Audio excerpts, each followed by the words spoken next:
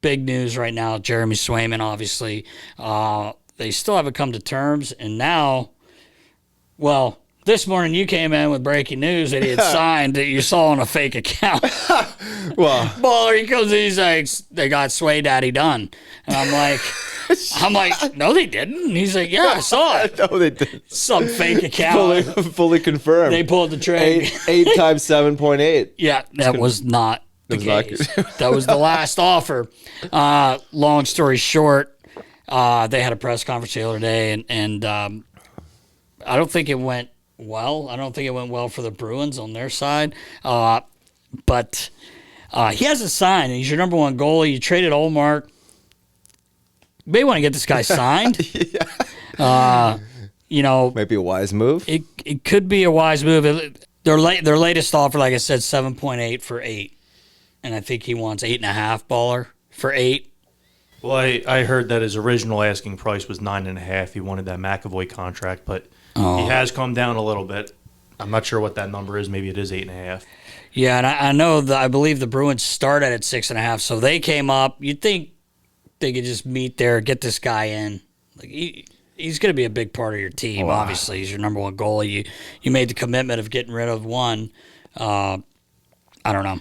How much more negotiations can there be? I mean, if both parties, one's come up, one's come down, I mean, you got to be pretty damn close to. You would think, but it sounds like after reading and hearing of a lot of what people are saying, that maybe Swayman's like, oh yeah, you want to like try to embarrass me? Hardball, like, right? okay, Yeah, exactly. well, here we go. So the Cam Neely flex is not helping the Bruins negotiations out. May not. And they had a bad arbitration case a couple of years ago that he's been pretty open about. He said they told him things about himself that no player should ever hear. Really? I remember that ball. That's a great point. And I was going to say, like, I remember when guys do go to arbitration, it's like brutal. Oh, yeah, it's cutthroat. This is why. Bit of dirt you have on you. Like, that does have to be tough to go through. Usually you hope you're going to arbitration just to get a deal done. Yeah. But at this point now, with him, like, he's a pretty good goalie. I was listening to our friends Frank Saravalli and Colby Cohen yesterday, and Frank's idea on goalies is like, I wouldn't sign one that long. Colby came back, look at Bobrovsky.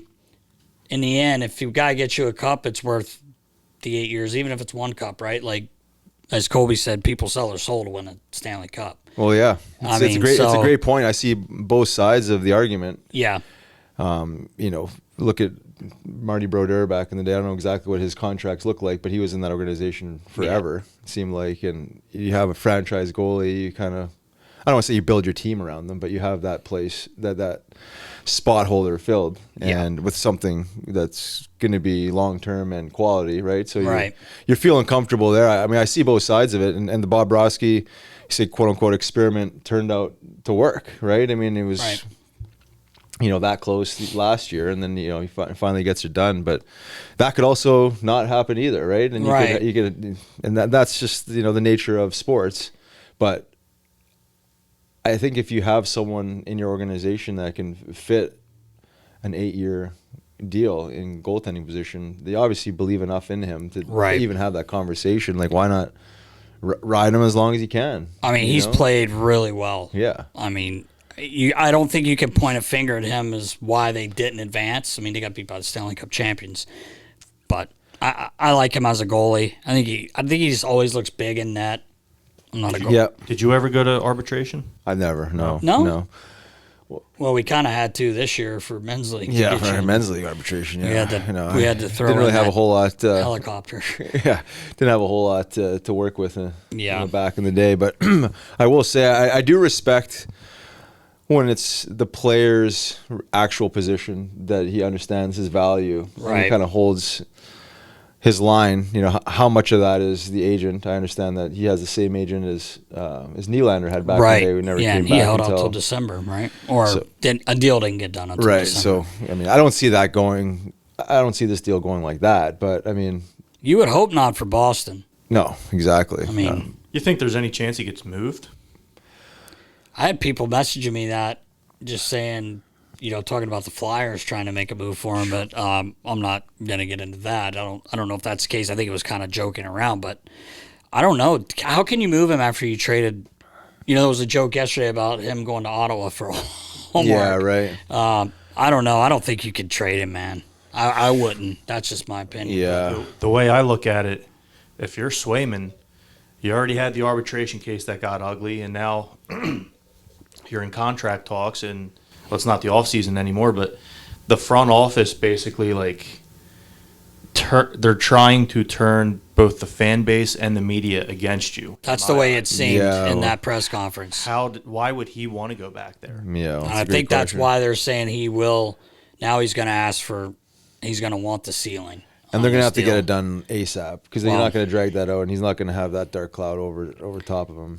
I don't wish anything bad on the Bruins, especially because, good friends with Jimmy Montgomery and know some guys on the team and obviously all the staff members. But if they do start out having a tough time and it's more because of goaltending, which I'm not saying that would be, I think you might see it get done a little bit quicker. Right? But you're right, Baller. If you're a player in that situation, really, what more could he do? He had to sit through that, like you said, and then now the press conference kind of went that way. I agree with you, Baller. Do you want to play there now? How many times are they going to shit on you, basically? I know it's a lot of money, and maybe there wasn't a huge difference where they were, but I don't know. I would get it done. I think it's worth it. And before we move on, do you think some bit of that press conference was premeditated? Yeah, or was that I think just it was. Cam Neely's just spontaneous? I think it's WWE style. Over emotional. Yeah, right. That's almost kind of what it seems like, right? I mean, because try to get Sweeney seems to have a little bit more of a composed he definitely position, and then all of a sudden it's going crazy. Right. I'm surprised and this and that. Who knows? I think a little bit of it was the Bruins have been kind of. Some reports have come out that they're lowballing them and this and that, and I think they are tired of maybe what's going on in the media, and they wanted to get the record straight. Right. Little flex off Nast. I wouldn't want to go up against Cam. We wouldn't? No. I feel like he's pretty tough. He looks tough. He looks mad when he's throwing shit in the suite up there. He's pretty intense. Oh, yeah, whipping water bottles. I loved him as a player.